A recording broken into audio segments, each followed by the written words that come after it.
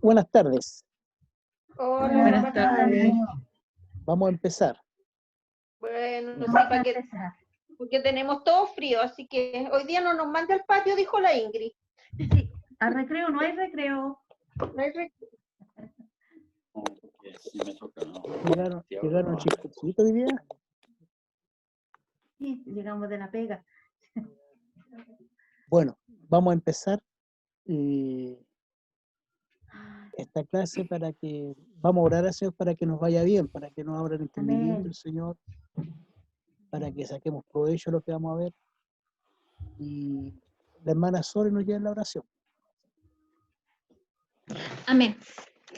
Amoroso Padre eterno, gracias te damos, Señor, por este nuevo día, donde podemos, Señor, ver tus maravillas, tus misericordias, Dios eterno. Gracias, bondadoso Señor, también por poder reunirnos en esta tarde para aprender un poco más, Señor, de la palabra, de lo que tú quieras, Señor, entregarnos a través de nuestro pastor, por quien te pido en esta hora para que tú le llenes de tu gracia, Señor, pongas en él la paciencia y Dios eterno, ayúdanos a nosotros para poder ir entendiendo. Pon en nosotros, Señor, esa habilidad, pon en nosotros, Señor, esa gracia. Amoroso Dios, únenos en un solo sentir, en un solo espíritu, en comunión, Señor, de amar y de aprender de tu palabra. Amoroso Señor, lo pedimos en el nombre de Jesús, nuestro Salvador. Amén, Señor. Amén. Bien, el Señor nos bendiga. Esta semana llegaron 3 tareas más del tipo, con lo que ya habíamos conversado, obviamente está bastante bien desarrollada. A una sola le mandé una nota ahí para que le dé vuelta. O sea, cuando yo mando nota a veces no es por complicarle la vida, al contrario, es para que le dé vuelta, para que la piense. Mire, yo le estaba conversando recién a la Igore, preparando la última clase, que vamos a ver con 2, 3 miércoles más. Me entusiasmé, por mano, ahora estoy estudiando los hititas, los asirios y la media luna, la fértil media luna. Mira dónde ando, y nada que ver eso con la clase, eso no tiene nada que ver con la clase, pero uno empieza a buscar un libro, pues que el otro, se mete a internet.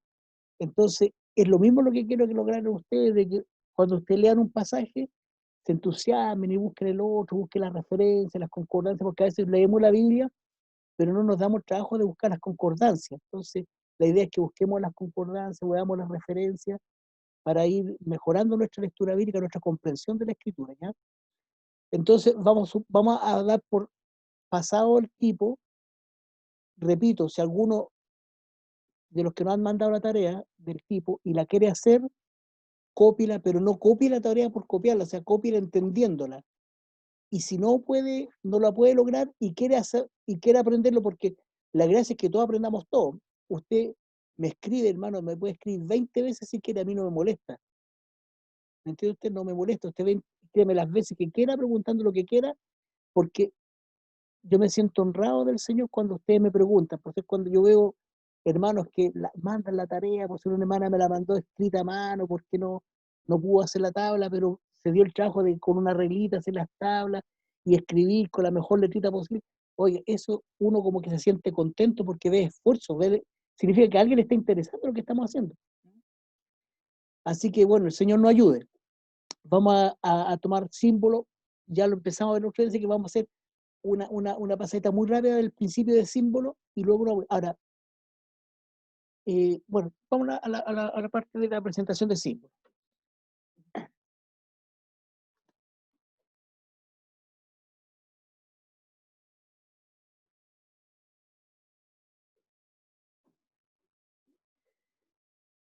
Entonces, lo que sí tenemos que revisar es la definición.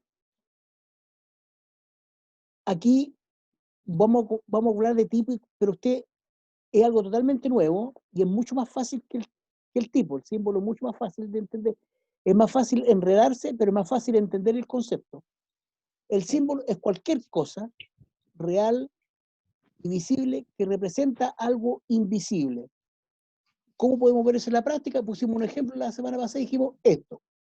Si yo le muestro un perro, usted al tiro lo asocia con fidelidad, salvo algunas excepciones por ahí, pero normalmente el perro es fiel, está al lado de uno, usted lo puede retar porque hace una maldad, el perrito siempre fiel al lado del amo, ¿no es cierto? De hecho hay una película que es muy bonita que trata de, ¿cómo? Hachiko, que trata de un perrito que esperó al amo ahí durante años, era una estación en Japón, y hizo una película que a todos nos conmueve los que tenemos animalitos, entonces siempre el perro es fidelidad. Si usted ve ese símbolo de la balanza, es justicia. Porque así esperamos nosotros, que la justicia sea así, equitativa para todos nosotros. Y si nosotros vemos la paloma con la hoja de laurel, hablamos de paz. Entonces, esto es un símbolo. Símbolo es algo que representa una realidad. Ahora, vamos a saltar esto, ya lo conversamos, pero nos vamos a detener aquí en esta. Dijimos que un tipo puede contener símbolos, y eso es lo que a veces uno se pierde, pero escuche, lo vamos a repasar de nuevo, porque esto lo vimos ya la semana pasada, pero lo vamos a repasar porque es importante. Entonces, decimos nosotros de que un tipo puede contener símbolos. Por ejemplo, analizamos, y es más, hicimos una tarea de cómo es un tipo el levantamiento de la serpiente en el desierto. ¿Cierto? Ahí hicimos una tarea donde dijimos, es un tipo porque estos hechos del Antiguo Testamento se correlacionan con estos antitipos en el Nuevo Testamento. Pero dentro del tipo podemos encontrar símbolos. ¿Eh? Y dijimos lo más importante, que los símbolos, en la última línea abajo, en el último párrafo, los símbolos representan algunas realidades que son libres del elemento temporal. ¿Qué significa eso? Por ejemplo, en el tipo del levantamiento de la serpiente de bronce en el desierto, ese era el tipo. Todo el evento era un tipo. Pero si nosotros tomamos la serpiente representa el pecado. Si nosotros tomamos el latón o bronce, representa juicio. Y si usted junta la serpiente con el bronce en la Biblia, eso representa juicio de Dios, por lo que dice acá. Entonces, ¿por qué dice de que, le repito lo anterior, dice, los símbolos representan algunas realidades que son libres del elemento temporal? ¿Qué es lo que significa libre del elemento temporal? Que la serpiente siempre representa pecado. Por ser aquí, estaba en el tipo del levantamiento de la serpiente en el desierto. Pero miles de años antes, cuando la serpiente estaba en el huerto del Edén tentando al hombre, representaba el pecado. Y cuando Jesús habla del pecado y habla de la serpiente en el desierto, también habla de pecado miles de años después. Entonces, siempre, independiente de la época, la serpiente representa pecado. En cambio, el tipo del levantamiento de la serpiente en el desierto es solamente cuando Moisés levantó la serpiente en el desierto.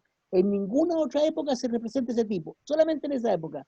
En cambio, en cualquier época, la serpiente es pecado. En cualquier época, el latón o el bronce es juicio. Eso es lo que hay que tener muy claro. Cuando yo entré a estudiar a la Universidad de La Serena, me ocurrió un hecho extraño que habla mucho de los símbolos. Mire, yo estaba asustado porque me iba a ir a otra ciudad, me iba solo, tenía 17 años, nunca había salido de la casa y me iba a una pensión. Entonces mi hermano mayor me dejó en la pensión y se mandó a cambiar, y ahí quedé yo todo el año botado solo allá estudiando. Entonces para mí esa experiencia, la preparatoria era estresante para mí, porque sabía que iba a estar solo, sabía que era muy cabro, nunca había salido de la casa, entonces estaba complicado. Y más encima tuve un sueño, días antes de irme, donde estaba en una playa yo. Y estaba en la playa así, y de repente se levantaba una ola tan grande, y se levantaba, y era una ola gigante de muchos metros de altura, y cuando yo va a azotar la playa, yo me arrodillé, y la ola pasa por encima mío y golpea atrás, y yo siento el retumbar de la ola cuando pega en la tierra así, y empieza a recogerse el mar. Pero cuando estaba yo de rodillas, el mar pasó por encima, después se devolvió, y yo me levanté y ni siquiera estaba mojado. Fue un sueño, yo no le di mayor importancia, fue un sueño, nada más. Y cuando llegué a Coquimbo, porque me fui a estudiar a La Serena, cuando llegué a Coquimbo, el bus baja, todos los que han ido a Coquimbo saben que usted cuando llega a Coquimbo hay una bajadita y se ve abajo el mar y el pueblo. Y cuando baja el bus, era la misma playa que yo había soñado. Y dije, mira, la misma playa aquí. Yo nunca había estado en Coquimbo antes. Y dije, qué raro sueño. Entonces se lo conté al pastor de Coquimbo después. Le dije, yo tuve un sueño, pastor, antes de venir para acá. Y le conté y me dijo, el mar simboliza al mundo.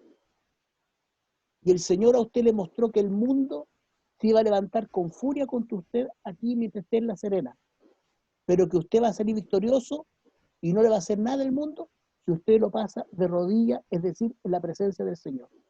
¿Te fijas cómo el simbolismo se utiliza en todo tiempo? Entonces, a usted le hablan de mar y usted dice que es el mundo. Eso es lo que son los símbolos.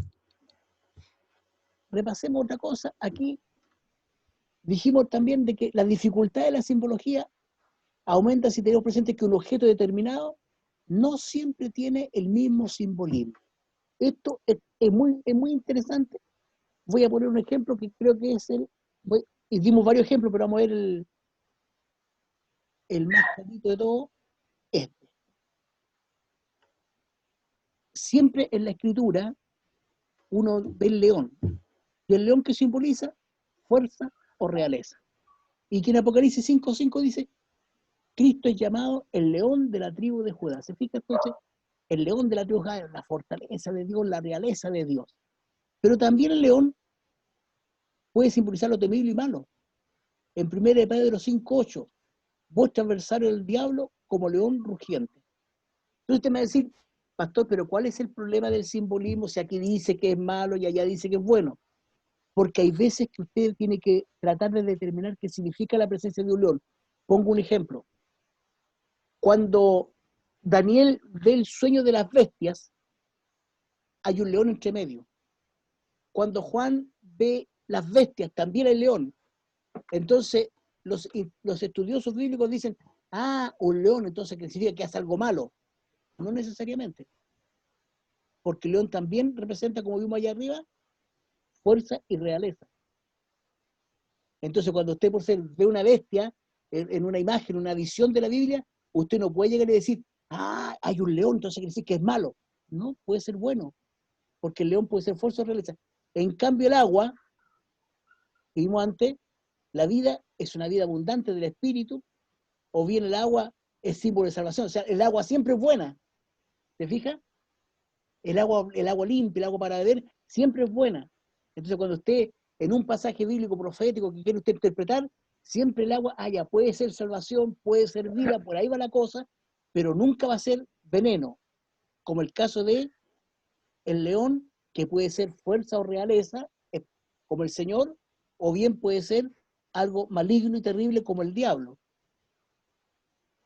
Repito una vez más, esto de los símbolos se usa mucho cuando la gente es buena para la escatología, para la lectura bíblica de Apocalipsis, por ejemplo. Por ser a Javier le encanta el Apocalipsis, a Javier Storm. Entonces él vive leyendo el Apocalipsis, las bestias para allá, entonces él tiene que tener muy pendiente la simbología, porque hay muchos símbolos ahí. Y no solamente los animalitos, vamos a ver que otras cosas también son simbologías. Ya. Vamos a ver por ser. Aquí,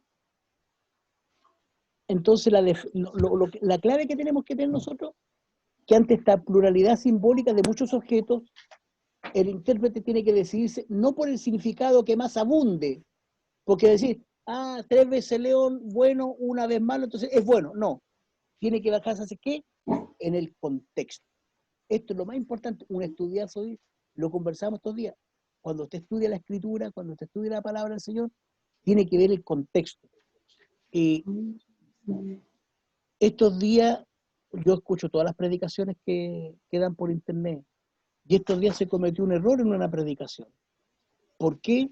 Porque el predicador no se preocupó de leer el contexto que estaba ahí. No lo voy a mencionar porque es un hermano nuestro, ¿se fija?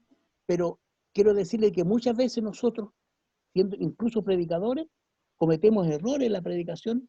¿Por qué? Porque descuidamos la lectura del contexto. Usted nunca interprete un versículo, nunca interprete un pasaje sin leer el contexto. ¿Qué significa eso? Los pasajes anteriores y los posteriores, mínimo, los posteriores y los anteriores. Ahora, cuando nosotros interpretamos un símbolo, porque acuérdense que estamos viendo, cuando hablamos de símbolos, estamos viendo cosas que significan algo. ¿Ah? Entonces, al significar algo, tenemos que ver cómo enfrentamos esa interpretación. Primero, la situación vital del escritor. ¿Qué es lo que es situación vital del escritor?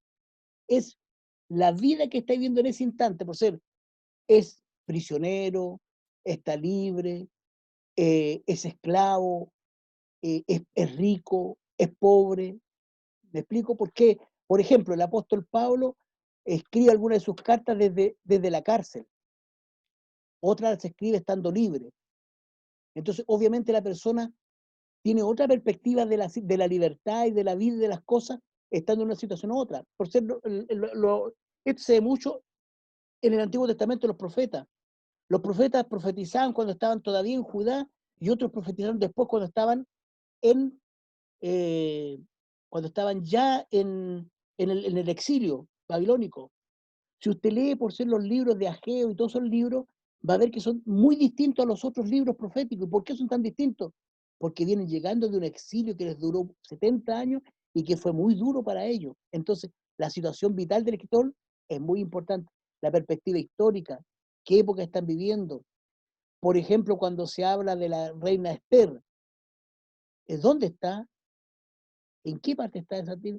¿Ha buscado usted un trabajo, o sea, un trabajo de buscar un mapa donde está la ciudad donde transcurre esa historia? ¿Estaban en Jerusalén? ¿Eran libres? ¿Eran esclavos? ¿Dónde estaban? Eso es lo que hay que estudiar, ¿se fija? Lo esencial del mensaje, o sea, es un mensaje profético, es un mensaje apostólico, es un mensaje poético, el significado claro del símbolo. Eso significa, cuando en la letra D, el significado claro del mismo símbolo es lo que hablábamos recién. No siempre un león significa una cosa, puede significar dos cosas distintas. El agua normalmente es buena, es salud, es vida, es salvación, pero el león no siempre es bueno, porque a veces representa al león rugiente que anda buscando a quien devorar. Entonces, y por supuesto hay que buscar la analogía entre el símbolo y lo simbolizado. Debe ser simple, no hay que complicarse mucho, ¿eh? Porque a veces uno que empieza a buscar mucha semejanza, para, sobre todo los predicadores, para hacer un mensaje más florido, buscamos mucha semejanza y no es lo ideal. Entonces, por ejemplo, cuando el agua simboliza la palabra de Dios, ¿por qué simboliza la palabra de Dios? Porque las dos cosas lavan. Y no porque son claras, refrescantes, baratas, saludables. Tiene todas esas características el agua. Pero cuando el agua simboliza la palabra de Dios, es porque el agua sirve para lavar y la palabra de Dios lava al hombre de sus pecados. Porque le dice, ya vosotros sois limpios por la palabra que yo os he hablado. ¿Se fija? Entonces, ahí hay un símbolo, la palabra de Dios con el agua. Entonces, nosotros muchas veces decimos que el aceite es símbolo del Espíritu Santo. Eso siempre lo vemos porque es una cosa muy habitual en la iglesia. Pero ¿por qué es símbolo del Espíritu Santo? Simplemente porque lo representa y no es que necesario andar buscando significados como que por ser que es para dar luz cuando arde, que se extrae del fruto cuando se exprime, por ser usted sabe que el aceite se saca de la oliva y la oliva tiene que apretarse para que salga el aceite. Todas esas cosas son interesantes, sirve para suavizar el día, son interesantes, pero cuando usted dice que el Espíritu Santo es símbolo el aceite es símbolo del Espíritu Santo, eso es punto, no hay más que eso. No hay que buscar más significado. Es que el aceite alumbra el corazón del hombre, por eso el aceite cuando arde alumbra. Sí, pero no, se empieza a complicar usted. Lo mismo que en el tipo, ¿se acuerda que dijimos que se buscaba muchas cosas en el tipo y va a tener después complicaciones el antitipo? Lo mismo acá, hay que tratarse lo más sencillo, lo más básico. ¿Qué es lo que es el aceite? Símbolo del Espíritu Santo. ¿Por qué? Porque el Espíritu Santo, el aceite era ungía a lo antiguo y le daba luz y le daba la dirección divina, porque así se alumbraba el hombre. Pero más cosas no se buscan. Mire otro ejemplo. Aquí hay una tareita que usted la va a buscar en su casa. Hay 3 pasajes. Y usted tiene que encontrar los símbolos que están ahí y explicarlo. Entonces, no se explaye mucho. O sea, simplemente dice, en Génesis 3:24 el símbolo es este y lo está simbolizando esta cosa. Y usted lo explica qué es lo que simboliza y por qué lo simboliza. Este es más o menos para ver si entendimos lo que hemos hablado hasta ahora de símbolos. En la Biblia, los números tienen carácter simbólico. Yo aquí no le voy a hacer nada de exposición porque es parte de su trabajo como estudiante leer el texto guía al respecto. En el texto que usted tiene, las claves de la interpretación bíblica, hay una plana y media que habla qué representan algunos números en la Biblia. Usted léalo porque es interesante. Porque usted, por si no encuentra números en la Biblia, los números siempre significan algo. Entonces, los números los vamos a leer en el texto bíblico. Eso, cada uno tiene que leerlo, es una tarea eso. Léalo, no flojee, pues léalo. Hay una cosa que voy a nombrar aquí, esto más que nada para cultura general, no es materia, es más que nada cultura porque lo va a encontrar por ahí.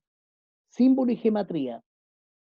En la historia cultural de varios pueblos se le atribuyen a las letras valor numérico. De hecho, pues usted la numeración romana, que todos nosotros que somos viejos, las teníamos que aprender en el colegio. ¿Se acuerda cuando nos decían que el 1, el 5, el 10, 50, 100? Entonces, y nosotros teníamos que aprender a escribir con letras, con números romanos. Bueno, el alfabeto hebreo también recibieron significación numérica las letras. Entonces, esto fue muy, ¿cómo le decían? Tenía mucho adeptos en los rabinos judíos. Entonces, cuando usted usa las letras para expresar por medio de la combinación de sus valores un nombre o una frase, eso se llama gematría. Y en la Biblia hay una gematría que es muy conocida, que es el 666. Entonces, en la Biblia es solamente un caso de gematría, el número de la bestia. ¿Y quién de nosotros alguna vez nos ha sido tentado a explicarse qué significa esto? ¿Qué dice la Escritura? El número de hombre, qué sé yo, el Apocalipsis 13:18. ¿Y qué han hecho los eruditos, los rabinos judíos? Ellos aplicaron la gematría. Entonces, las letras que están ahí corresponden en hebreo a Nerón César, son los que están abajo en amarillo. Esto se lo puse ahí, de repente, solamente esto de cultura general, para que usted sepa que existe la geometría. Y cuando usted toma las letras de Nerón César, suman 666. Entonces, para los rabinos judíos, Nerón César, que fue el que estuvo ahí cuando se conquistó todo lo que es el área de Jerusalén, ese era el 666, el número de la bestia. Para los comentaristas más contemporáneos, la verdad es que el 666, un compuesto del 6, es símbolo del hombre, tal como indica el texto, es número de hombre elevado a la máxima expresión de su imperfección impía. Recuérdense que el 7 simboliza la perfección de Dios, por tanto el 6 es la incapacidad humana de alcanzar la perfección divina, y por tanto el 666 es un número de hombre.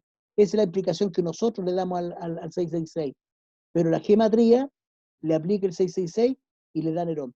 Hay un librito que escribió un hermano de apellido Umaña, no el Umaña, hermano Umaña, que yo lo tengo aquí en mis libros, y que se llama el número de la bestia. Y ahí aplican esto de diferentes estudios, y bueno, todo, Napoleón, César, Hitler, todos coinciden con el 666. Es un libro bien interesante donde en el fondo demuestran ahí de que usted con ingenio y creatividad puede llegar al 666 por todos lados. El nombre. Aquí usted va a ver cuando lee la Biblia y ve la referencia abajo, muchos nombres tienen nombres que son símbolos de algo. Yo voy a nombrar aquí como ejemplo solamente el del hijo del profeta Isaías. Acuérdense que el profeta Isaías, él profetiza la deportación a Babilonia. ¿ya? Y él, mire lo que le pone a su hijo, le pone Siar Hasub. ¿Qué significa? Un remanente volverá, porque ese hijo de él iba a volver con los que volvieron después de 70 años a Babilonia, de Babilonia. ¿Se fija? Entonces, ahí hay una forma de que el nombre simbolizaba algo. El más típico y el más conocido de la Biblia, de los nombres símbolos, es sin lugar a dudas Babilonia. Ahí tenemos otra gran, ¿cómo dijera yo? Mina de especulaciones del Apocalipsis, como el 666, así también Babilonia. Unos dicen que es Roma, otros dicen de que es Bruselas, otros dicen de... Mire, y todas son respetables, ¿eh? Pues los que dicen que es Roma, no, ¿qué tiene que ver Bruselas? Pero yo he leído estudios de que Bruselas es la Babilonia, y, oiga, es para creerlo, pero lo más probable es que sea Roma, la Babilonia. Pero lo importante es de que, ¿qué simboliza? La grandeza y la miseria de la sociedad humana soberbia, hostil a Dios y al testimonio de su verdad. Porque eso es lo que simbolizaba Babilonia. Babilonia, usted sabe de que siempre simbolizó todo lo contrario a Dios, todo lo hostil a Dios, todo lo que va contra la voluntad de Dios.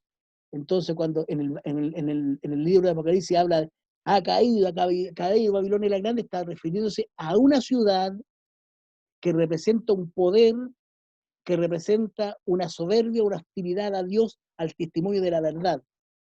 Entonces ahí es donde muchos dicen que esa Babilonia del Apocalipsis corresponde a Roma. Otra cosa que también simboliza esto, todo lo que estamos viendo aquí de símbolo, es porque usted si algún día lee una profecía, lee un pasaje, y hay una cosa que está rara así, y usted quiere buscar el simbolismo, son las cosas que tiene que tener en consideración. Los nombres pueden ser algo, los colores también. No se apreciaban mucho los colores antiguamente, la Biblia habla solamente de los más identificados, que son el rojo, el amarillo, el blanco, el azul y el negro. Esos son los que están en la Biblia identificados y pueden simbolizar algo.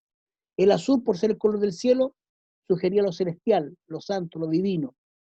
Entonces, usted cuando lee en el Antiguo Testamento, cuando dan el ropaje de los sacerdotes, el ropaje del sumo sacerdote, incluso todo el pueblo tenía que llevar un listón azul para recordarse de Dios. Las cortinas del templo tenían mucho azul, que eran para recordar los divinos. Entonces, siempre en la Biblia, cuando hay azul, es algo divino, algo santo.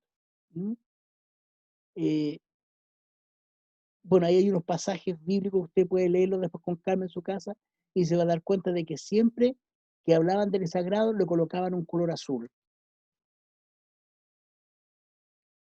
Desafortunadamente, con los años el azul se distorsionó. Entonces, los de la Chile ahora con el azul, eso no nada que ver. Está fuera de lugares. Ahora, el que sí está así, el que siempre se ha mantenido es el blanco, porque siempre ha sido símbolo de pureza y de gloria. Entonces, las vestiduras de los sumos sacerdotes eran blancas, con listón azul, pero eran blancas. Cuando Jesús se transfiguró en el monte, su vestidura dice que era blanca y resplandeciente. También se usa para la esposa del cordero, y estaban vestidos de lino blanco resplandeciente, ¿se acuerdan? Siempre que hay pureza y gloria, es el blanco. Entonces, el blanco, cuando usted ve un blanco en algún lado, ya debe ir pensando usted de que algo de pureza, algo de gloria tiene que haber ahí. El negro suele simbolizar la muerte y el luto. Ahí hay un pasaje bíblico donde está el ejemplo, y también el hambre, en Apocalipsis 6, 5, 6. Entonces, se fija que el blanco ya se simboliza para gloria, para los salvados, y el negro todo lo contrario, muerte, luto.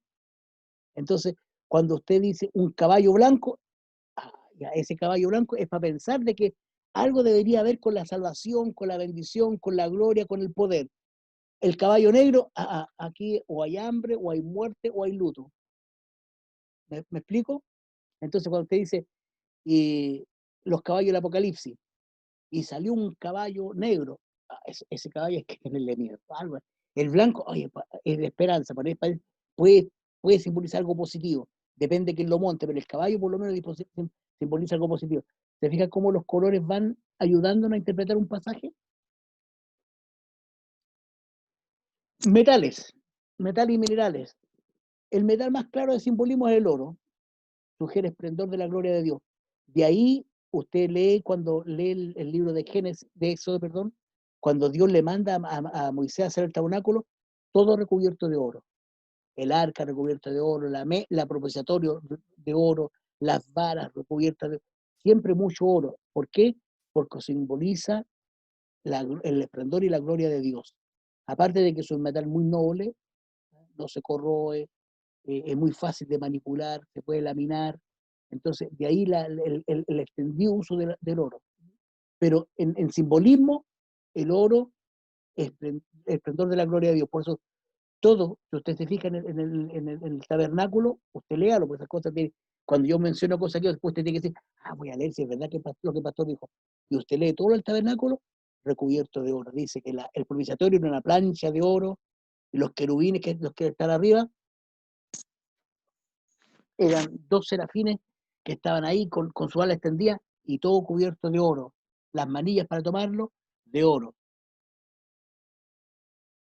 Ahora, lo complicado de esto es que a veces están mezclados. Entonces, por ejemplo, hay una puerta que es de un metal y de otro metal la cerradura. Entonces ahí usted tiene que mezclar la mezcla, no por separado. Pero eso ya es complicarse, hermano. Ahí no se mete usted cuando sea muy complicado. Usted nomás tiene que ser, es oro, eso simboliza la grandeza de Dios. Usted está leyendo un pasaje y dice que hay oro, usted tiro, ya la mente le empieza a trabajar y dice, aquí algo está de la gloria de Dios, porque en la Biblia el oro simboliza la gloria de Dios. ¿Ah? Entonces, cuando estemos estudiando en un estudio exegético, ¿ah? Lo que tenemos que hacer es movernos con el máximo de cuidado, pues este terreno es abonado para el desarrollo exuberante de fantasías poco recomendables. Me explico. Hay gente que cuando lee una profecía empieza a decir, mira, si hay un león significa tal cosa, y si el león tiene dientes de esto. No, hay que tener cuidado cuando escribimos los símbolos, porque tenemos que basarnos en lo que dice la Escritura y en lo que hemos conversado en algunas leyes generales, porque si no podíamos estar cayendo en fantasía. Por eso eso es lo complicado de los símbolos. ¿Ah? Entonces, resumiendo, los tipos, voy a hacer un resumen de tipo y de símbolo. Los tipos es un evento o un hecho o una persona o una institución que Dios, y esta es la parte importante del tipo, por eso el tipo es encachado, que Dios permitió que estuviera escrito en el Antiguo Testamento, porque ese evento, en ese momento, va a representar algo en el Nuevo Testamento, normalmente en Cristo. Cuando Jonás fue tragado por el gran pez, estuvo 3 días en el vientre del pez. ¿Por qué no 4? ¿Por qué no 2? ¿Por qué no uno solo? No, tenía que ser 3, porque Jonás iba a ser tipo de Jesús en la tierra, sepultado 3 días y después resucitado victorioso. Siempre que usted lea un pasaje en el Nuevo Testamento, ponga atención a esto, por favor. Cuando usted lee un pasaje en el Nuevo Testamento y lo ve asociado a algo del Antiguo, como Jonás, como Abraham, que dice en un pasaje por ahí, dice, así como Adán, así como por Adán vino la muerte a todos los hombres, también por Cristo vino la salvación a toda la humanidad. Entonces, mira, Adán y Cristo. Y se pregunta usted, ¿será Adán tipo de Cristo? Entonces usted toma a Adán y lo empieza a estudiar en el Antiguo Testamento y dice, Adán hizo esto, esto otro, Cristo hizo esto, otro. Sí, Adán es tipo de Cristo. ¿Mm? Y después de los tipos vimos los símbolos. ¿Y qué son los símbolos? Números, nombres, colores, que algo simbolizan. Ejemplo, si yo veo un caballo blanco en una visión de la Biblia, en una profecía de la Biblia, ese caballo blanco lo más probable que resulte en ser algo positivo, algo santo, algo limpio. porque el blanco representa eso. Si sale un caballo negro, lo más probable es que sea muerte, que sea hambruna, que sea peste, que sea pestilencia, porque eso representa el negro en la Biblia. Si usted ve agua clara, lo más probable es que sea vida, que sea salvación, que sea algo positivo para el hombre, porque el agua representa eso, simboliza eso. Si usted ve un león, no sé. Un león, dependiendo del contexto, puede ser un león rugiente, buscando a quien devorar, o puede ser el león de la tribu de Judá, que es Jesucristo. Ese es el cuidado que usted tiene que tener cuando tenga que interpretar un símbolo. ¿Y cuándo interpretamos símbolos? Cuando leemos la Biblia. Cuando usted lee la Biblia, de repente se encuentra, y estaba el Señor predicando, y perdón, un profeta, y vio una visión, y en la visión salió un león. ¿El león es malo? No sé, pues depende del contexto, depende de lo que esté hablando el profeta, depende la vitalidad, lo vital del profeta, depende del ambiente del profeta, depende de la historia en que esté el profeta. Bueno, dejamos eso ahí y vamos a empezar a estudiar lo que es parábola.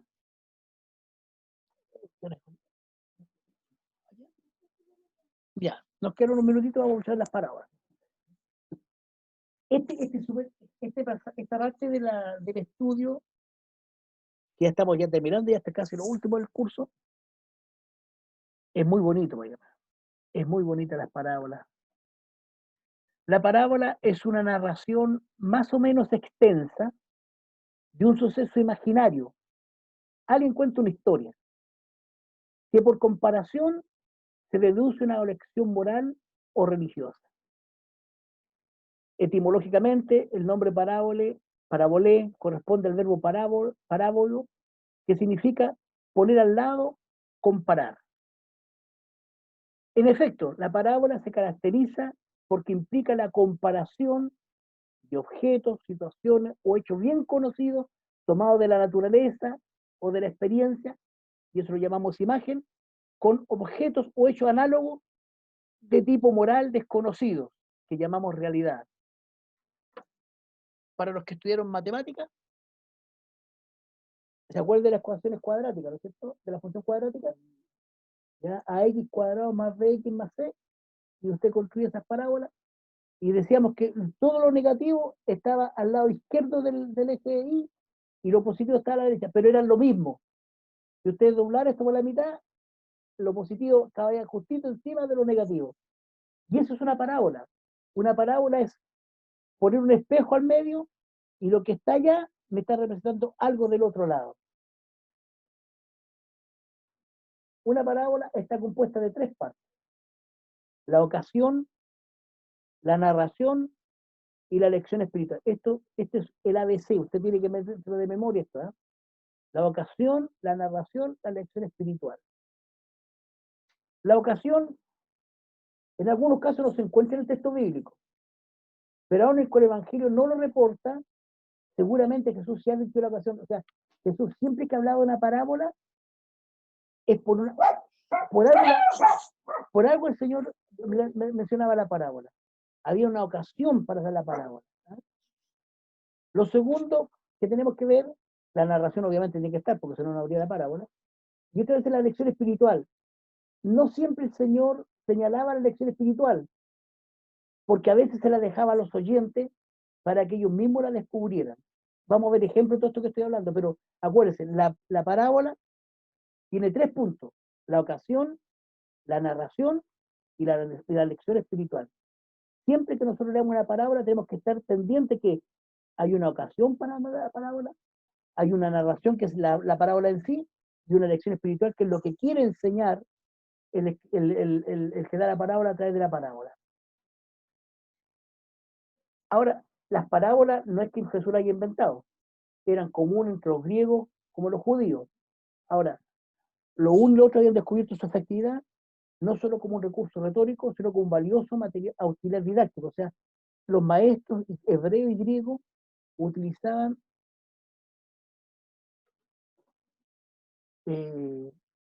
las parábolas como un material didáctico. Ahora, Jesús obviamente no podía ser indiferente a este elemento pedagógico, y todas las grandes enseñanzas, prácticamente todas las grandes enseñanzas, las valió valiéndose las parábolas. Por eso es importantísimo estudiar las parábolas porque Jesús la usó mucho. Fíjense que el término parábola lo encontramos 48 veces en los evangelios sinópticos en relación a la enseñanza de Jesús. O sea, tenemos 48 parábolas y podríamos enseñar un número de textos parabólicos en que no aparece la palabra parábola, pero sí son considerados parábolas.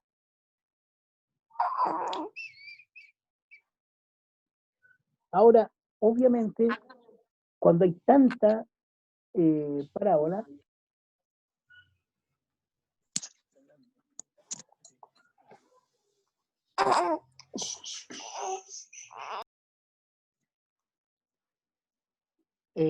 entonces, ¿a qué me quiero referir con esto? De que hay veces que nosotros identificamos como otro lenguaje literario, pero los escritores bíblicos le llaman parábolas. Entonces, por eso, a veces que nos cuesta un poquito decir, mira, estas son parábolas, estas no son parábolas. Pongamos un ejemplo. Si usted lee Marcos 7, 15 y 17, mira lo que dice aquí. Y llamando así a toda la multitud le dijo, oídme todo y entended. No hay fuera del hombre que entre en él que le pueda contaminar, pero lo que sale de él, eso es lo que contamina al hombre. Entonces, ¿qué es lo que es eso? Una paradoja. ¿Se acuerdan que tenemos las paradojas? Que era una aparente contradicción en el pasaje. Mire, no hay nada fuera del hombre que entre en él que le pueda contaminar, pero lo que sale de él, eso es lo que contamina al hombre. Para mí y para usted, esto es una paradoja. Pero mire lo que dice el Señor en el verso 16. Si alguno tiene oído para oír, oiga. Y hasta ahí se termina la parábola, la paradoja. Y cuando se aleja, dice, cuando se alejó de la multitud y entró en casa, le preguntaron sus discípulos sobre la parábola. Entonces los discípulos y el escritor bíblico, que en este caso es Marco, llaman a esta paradoja una parábola. Eso es lo que me refiero cuando hay, es difícil decir, mira, las parábolas son de tal cosa, de tal contexto. ¿Por qué? Porque para nosotros esto es una paradoja. No hay nada, no hay fuera del hombre que entre en él que le pueda contaminar, pero lo que sale de él, eso es lo que contamina al hombre. Eso es una paradoja. Pero para los discípulos y para el escritor bíblico, eso fue una parábola. Otro ejemplo, ¿qué es lo que es esto? De la higuera aprended la parábola. Cuando ya su rama está tierna y brotan las hojas, sabéis que el verano está cerca. ¿Qué es lo que es eso? Una metáfora. Nosotros la estudiamos como metáfora.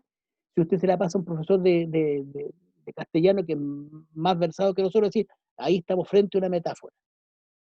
¿Qué dice la escritura? Perdón. Pero ¿qué dice Jesús aquí? Él dice, de la higuera aprender la parábola.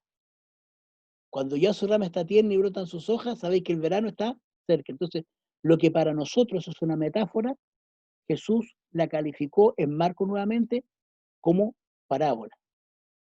Entonces, cuando uno le dice, oiga, pero las parábolas tienen que ser largas, cortas, no, es un relato más o menos extenso, pero hay casos de que es muy cortito como este, pero que el escritor bíblico, Marco en este caso, lo cataloga como parábola.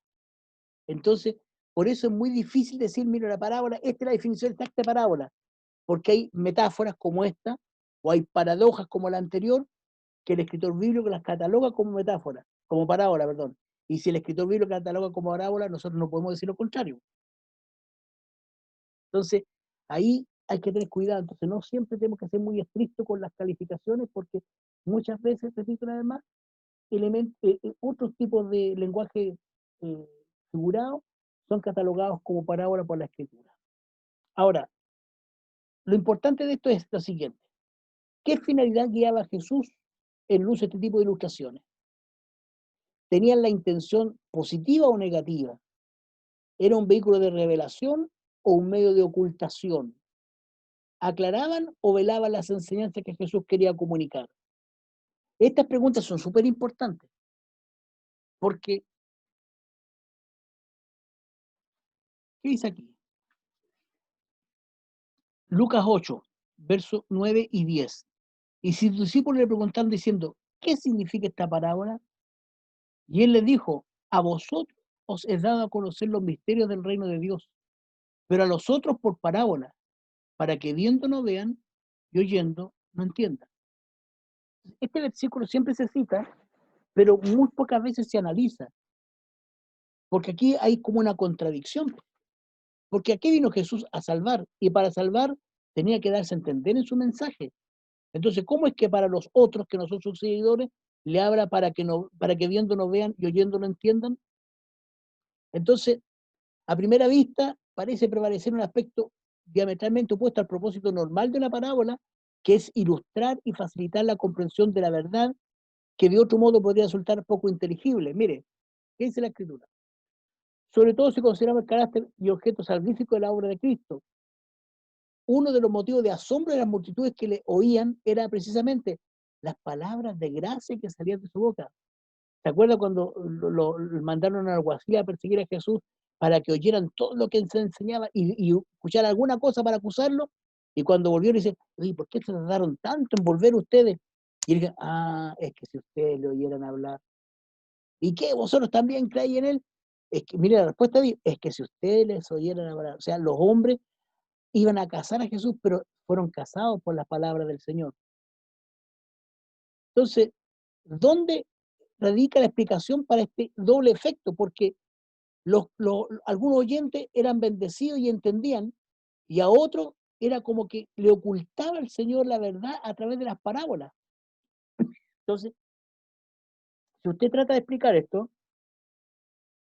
se tropieza con una y otra de las dos explicaciones. Entonces, nosotros que estamos estudiando las parábolas, tenemos que ver que la explicación radica en el doble efecto que las parábolas tenían en los oyentes. O sea, no todos recibían de la misma forma una parábola. Los oyentes eran discípulos y otros que no eran discípulos del Señor. Uno iban a criticarle, los otros iban a oírle de buena gana. Entonces, a los discípulos, ¿qué le dijo el Señor? A vosotros os ha sido dado a conocer los misterios del reino de los cielos. En ello, las parábolas tenían el efecto, un resultado iluminador. Por medio de ellas se les daba más instrucciones, es decir, que a los discípulos del Señor las parábolas eran un efecto iluminador, entendían las cosas, el Señor se las explicaba y entendían claramente lo que quería decir el Señor. Pero a los que no creían, las parábolas eran un lenguaje cifrado, para que viendo no vean y oyendo no oigan. Pues adoptar una actitud de incredulidad ante el Señor. Entonces, cuando usted le dice, porque esto es una crítica que le hace al Evangelio. Oye, Jesús vino a predicar, pero a la gente no lo entendía. No sé para qué hablan parados si la gente no entendía. No, a los que eran seguidores del Señor, los que venían a alimentarse a los pies de Jesús, las parábolas eran un elemento esclarecedor de la verdad. Pero a los que no creían, a los que estaban por contrariar el Evangelio, entonces ellos viendo no veían y oyendo no entendían. Entonces, por eso tiene un doble efecto la parábola. Se dice de que las parábolas tienen un doble efecto. Iluminador para algunos y oscurecedor para otros, de las verdades del Evangelio. Entonces, la parábola revelaba y velaba, aclaraba y ocultaba. ¿Y qué efecto? El efecto que tenía dependía de la disposición espiritual de los creyentes. Importante es que siempre las parábolas son una apelación seria a enfrentarse con las realidades del reino. La mayoría de las parábolas terminaban con una expresión: quien tiene oídos para oír, que oiga. ¿Por qué? Porque las parábolas son para reflexionar, son para pensar y son para tomar una decisión después de pensar y de razonar en ella. Vamos a quedar hasta aquí con las parábolas hoy día. La próxima semana terminamos las parábolas y empezamos a ver todo lo que es el contexto histórico. ¿Sí? Quedemos ahí porque... pero usted, mientras tanto, estos días, repase lo que hemos hablado de parábola hoy día y la próxima semana, Dios mediante, vamos a estar terminando lo que es parábola y vamos a entrar al contexto histórico, que es muy bonito. después que terminemos el contexto, cuando veamos el contexto histórico, se va a dar cuenta de una verdad tremenda, hermano, que somos muy ignorantes en muchas cosas. Por ejemplo, todos nosotros hablamos de los fariseos, los saduceos, los herodianos, pero ¿de dónde salieron? ¿Qué enseñaban? ¿Qué creían? ¿Por qué eran tan enemigos de Jesús? ¿Por qué no están en el Antiguo Testamento? Hablan de la sinagoga, ¿no es cierto? ¿De dónde salieron las sinagogas? ¿Qué es una sinagoga? ¿Cuántas sinagogas habían en Jerusalén en los tiempos de Jesús? ¿Por qué eran importantes? ¿Por qué no estaban en el Antiguo Testamento? ¿Por qué cambia tanto el discurso profético antes y después del cautiverio babilónico? Nosotros a veces no nos damos ni cuenta, hermano, de esas cosas, pero si usted lee con detalle, va a ver que el discurso que había antes era total y absolutamente distinto al después del imperio, del exilio babilónico. ¿Y por qué cambió tanto? ¿Qué redundó en esto? ¿Por qué, si estaban bajo el imperio romano, los judíos tenían ciertas libertades y mandaban a los judíos? ¿Por qué Herodes era rey si no era romano? ¿De dónde salió Herodes? ¿Se fija? Entonces, ¿qué es lo que estamos viendo con esto? Que yo voy a tratar esto, unas pinceladas nomás, cuando hablamos del contexto histórico, unas pinceladas nomás para que nos abra el apetito, y después le he pedido a Esteban que él hizo un curso de esto en la iglesia sobre mapas y sobre la Palestina, la cultura palestina en los tiempos de Jesús, y él va a compartir con nosotros esos cursos de nuevo por este mismo medio, para los que quieran, obviamente. De hecho, yo ya me inscribí ya, para aprender un poco más. Entonces, el Esteban, lo que pasa es que él, cuando estaba en la universidad, tomó unos cursos en la Universidad Católica, en la Facultad de Teología. Entonces, ahí sacó material y estas cosas que va a compartir con nosotros. Entonces, va a ser interesante que, como un complemento al curso que estamos tomando ahora, lo podamos ver después. Así que yo lo invito desde ya que saquen un tiempito para ver si lo podemos seguir tomando después que termine este curso. Yo calculo que va a ser unas 2, 3 clases las que va a hacer máximo 4, pero vamos a estudiar los mapas de Israel, vamos a estudiar la política, la sociedad israelita, eh, la arquitectura israelita de la época. Hay mucho que aprender. ¿Eh? Y yo les contaba para los hermanos que llegaron tarde, a los hermanos que estaban cuando iniciamos el curso, que estos días estoy estudiando el imperio de Alejandro Magno y las divisiones posteriores de él, los Ptolomeos, los Seleucidas, y es una cuestión súper fascinante esa historia, pero bueno, pero son parte de estas cosas que uno se va metiendo, se va entusiasmando. Yo espero que usted también se vaya entusiasmando, porque mire, para entender la escritura tiene que entender esas cosas.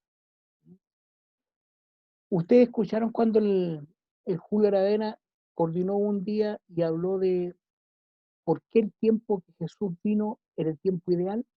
¿Se acuerda usted cuando dijo de que el Mediterráneo, las redes, los romanos, los caminos? Yo creo que muchos de ustedes ni siquiera le prestaron atención a eso. ¿No? Pero ahí está mi hermano Fernando, lo estoy viendo. Yo sé que estudió esto porque es una cuestión básica que se enseña en teología, del tiempo de Jesús. Entonces, cuando Jesús viene, y todo esto se desarrolla en el Mediterráneo. Entonces, ¿dónde está el Mediterráneo? ¿Dónde empieza? ¿Dónde termina? ¿Por qué los europeos estaban tan ligados al Medio Oriente? ¿Por qué tanto por el Medio Oriente? Todas esas cosas tenemos que aprenderlas, y eso es lo que vamos a tratar de estudiar en ese cursito. Yo le voy a dar un pincelazo, repito, para los que no puedan tomar el curso completo, le voy a dar un pincelazo del concepto histórico y social de la época de la escritura, pero después con este vamos a tratar de profundizar un poquito más en ese tema. ¿Dudas, consultas acerca de lo que hemos visto parábolas, de símbolos? Repito, hay algunos que están entregando tareas atrasadas, los felicito, de verdad los felicito por tener sus tareas atrasadas. Y usted, si todavía no lo hace y quiere hacerlo, hágalo.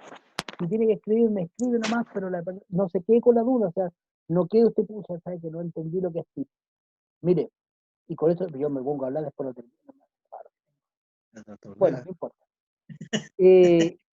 Cuando está en la universidad, enseñan la serie de Taylor y McLaurin. Ninguno de ustedes lo estudió, parece, no. Ya, pero enseñan la serie de Taylor y McLaurin. Entonces, me acuerdo que una profesora jovencita de matemáticas, y le dije, yo, ¿sabes qué? Esto no se usa nunca, nunca se hace. Y me dijo, ¿sabes? No te importa que no se use. Tú tienes que aprenderla porque esto es parte de la enseñanza y la formación de un ingeniero. La serie de Taylor y de McLaurin. Y lo único que aprendí de la serie de Taylor y McLaurin es el nombre. Pero hasta el día de hoy, mire, yo no me acuerdo mucho de matemáticas, pero de lo único que me acuerdo es que nunca aprendí la serie de Taylor y McLaurin y siento como que algo me falta en mi formación. Y quedé trancado con eso. Aprendí integral, aprendí derivada, aprendí ecuaciones exponenciales, todo lo que usted quiera, después lo aprendí y gracias a Dios lo pude desarrollar, pero nunca aprendí la serie de Taylor y McLaurin y hasta el día de hoy me pesa. Yo no quiero que les pase a ustedes lo mismo con el tipo.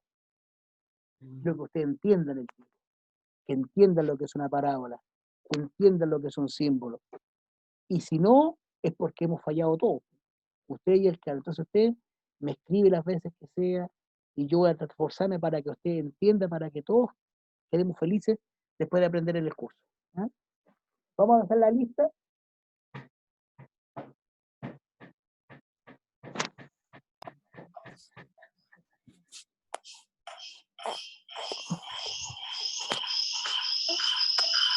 No, déjate. Ya. Richard Alcaíno. Presente. José Bastías. Yo lo escuché por ahí. José Bastías. Presente, está presente. Ya. El hermano Luis sí está. La Isabel también. El hermano Eduardo. El hermano Fernando. El Esteban hoy día no está. Y el Esteban y la Yamil estos días van a estar conectados en un curso que están de otro lado, que yo les pedí que lo utilizaran, que se inscribieran porque es interesante para nosotros. Después lo va a replicar con nosotros lo que aprenda allá. Ojalá aprenda algo. Juanito está acá, el hermano Héctor, la hermana María, la Pati, la hermana Mónica, la hermana Julia también. La Alejandra no llegó. Hermano, ¿Te saliste? la Ingrid Ureta, sí. Soledad Vega también. La hermana Macarena, Acá estoy. aquí está. Estaba ahí Hermana Pilar, apuntando. la Pilar no llegó. Ay, ¿qué pasó? Hizo la cimarra. Ya, hermano Ceci.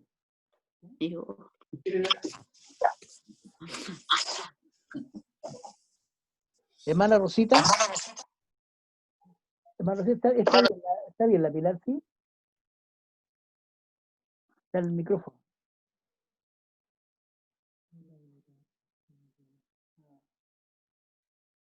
No se escucha ahí. Aló, ahí. Ahí sí. ¿Y la Pilar está bien, sí? Hermana Rosita. Yo ¿Escucha? no.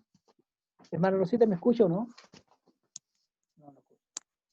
Ya, no importa. Vamos a averiguar por otro lado. Ya, hermano. Nos vemos entonces, cuídense. Nos vemos el miércoles si Dios quiere. Repasen un poquito las parábolas. Acuérdense de leer sobre los números. Ahora, espérame, Acuérdense de leer los números, espérame. la simbología de los números. Esa es tarea. Ya. Ahí nos vemos, cuídense.